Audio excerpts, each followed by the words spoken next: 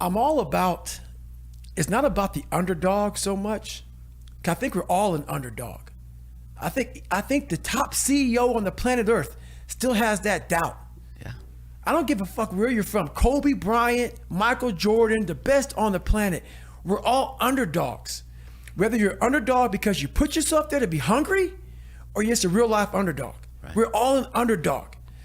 And so this is about the mind and people discovering the mind, their own mind.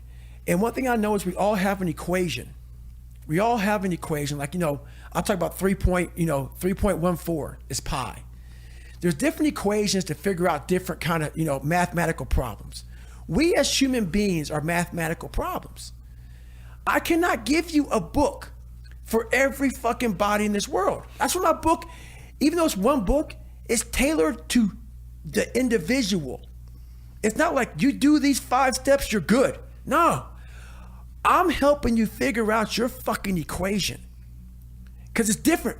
My equation is different from your equation. Yeah. What's going to make you tick? What's going to make you go the distance? What's going to make you go to that spot in hell and say, I love this spot. It's okay. That's what this book does. It helps you figure out your 3.14. Helps you figure out your fucking mathematical equation and say, oh, because once you figure out the equation in any math problem, you no longer fail, man. You got it figured out. But my approach is every Monday. Okay. You're going to get one post from me a week. And I take about maybe an hour to hour and a half after. So I'll post it. I'll do it. And then I get away from it. I'm gone. Here's your post. And I'll make sure that every single post is not about me. So this shit ain't about me, man. I'm about you figuring out you. Some people take it personal. Some people get you a little butthurt. This is about you figuring out your self-talk has to change. The most important conversation you ever have is the one you have with your fucking self. You walk around with it all day, you act on it, pretty soon, good or bad. I want you to change who you are. So I'll let you look at it.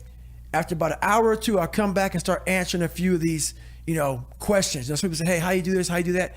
Maybe an hour and a half, 2 hours, I'll answer it, and I'm done. I'm off. Because why? I'm still chipping away at David Goggins every single day. If I spend so much time being occupied by that, I cannot chip away at what's important. What's important is I'm still figuring out this, different things. Yeah, I got the equation figured out, but now the real journey has begun.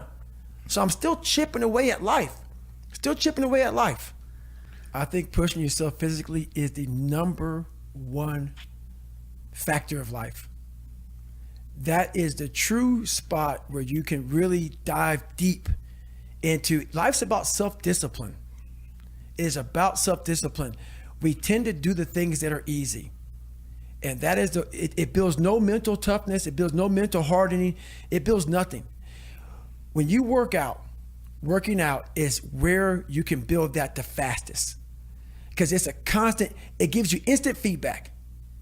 You may not lose the weight you want to real fast, but the discipline it takes, it transfers over to all aspects of your life. It's not people, man, why are you always working out? Stop looking at it that way. This is the foundation of life. When you look in the mirror, every morning we all look in the mirror to get ready to go to work, to go anywhere. The first thing you see is your reflection. If you don't like what you see in the morning, you lost the war already. It's not about even liking what you see. It's about looking in the mirror and you may start, man, I feel different.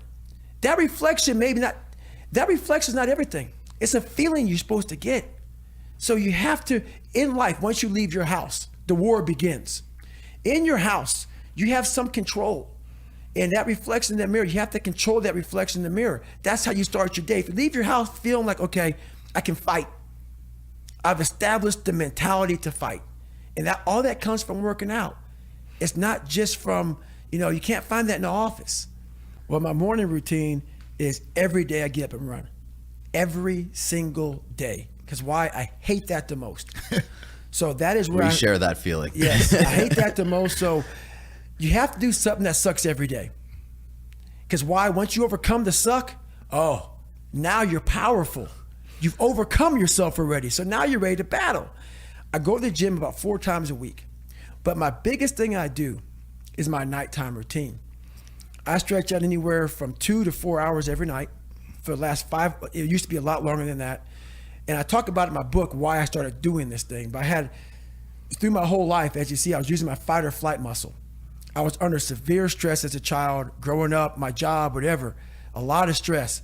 Just sitting down right now, we're all using our psoas muscle, your hip flexor muscle. And I'll give you a 2-second on that. That muscle attaches to your T12. And about 5 or 6 years ago, I got really, really sick. Doctors would give me all kind of hormones. Take this, take this, take this. And it's in the book real good, so I won't go deep into it now. But I laid back and I literally said, you know what, I'm dying. The doctors can't figure out what's wrong with me. My blood tests were coming back fine. I just said, I can't even run a block.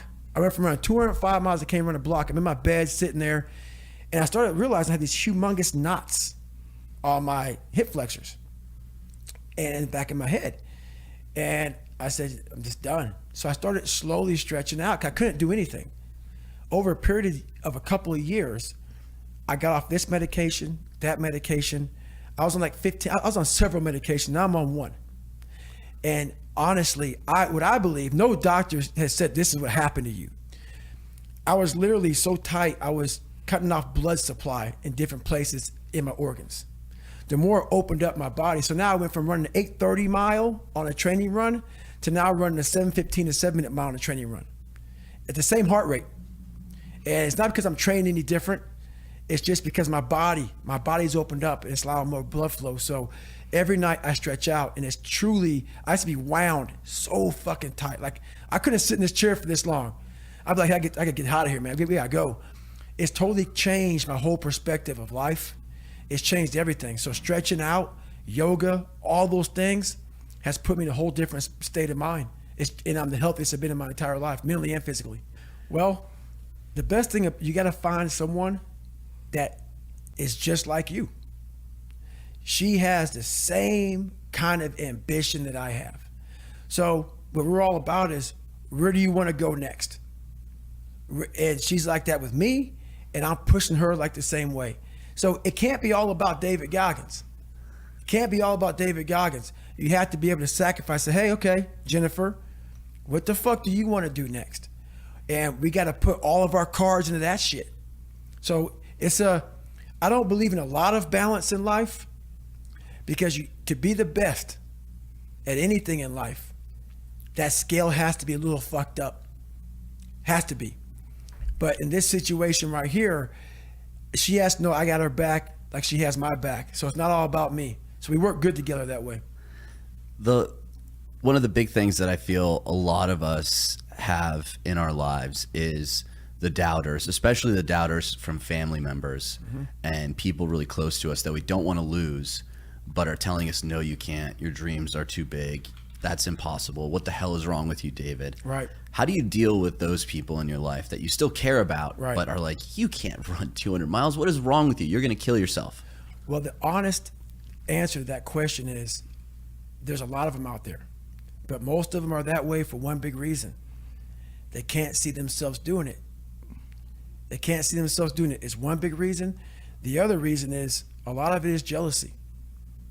When you set these humongous fucking goals and they see that you're getting at it, let's say, for instance, we have a family. Let's say we're all a big family here. All 3 of us, all 4 of us are a big family. And every fucking morning I'm getting up training for a 200-mile run. And you see me get up at 4 o'clock in the morning and all you fuckers are sleeping. And by the time I get done running my 30, I come home just getting up. How are you going to feel about yourself? A lot of times when you're an overachiever and you have people, that's what I talk about, the mediocrity thing. A lot of our family members, a lot of our friends, they're mediocre. There's always those couple of guys who are uncommon, who want to be better. But you make that mediocre motherfucker feel like shit.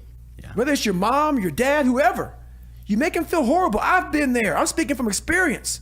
When you get somebody around you, man, who's trying to be better and you don't have the drive that they have, it's a constant reminder of how fucked up you are.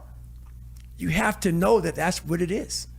Anybody in your course not saying, man, get after it, brother, I'm so proud of you, they have a problem with themselves. Because all you're trying to do is achieve more.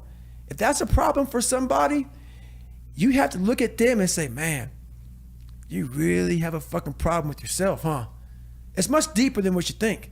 Right. It lies deep in your soul. How I was able to fix myself was I saw how ugly I was towards other people who were great. I was able to look back and say, man, you don't hate that motherfucker for any reason because he's great. And you're lazy.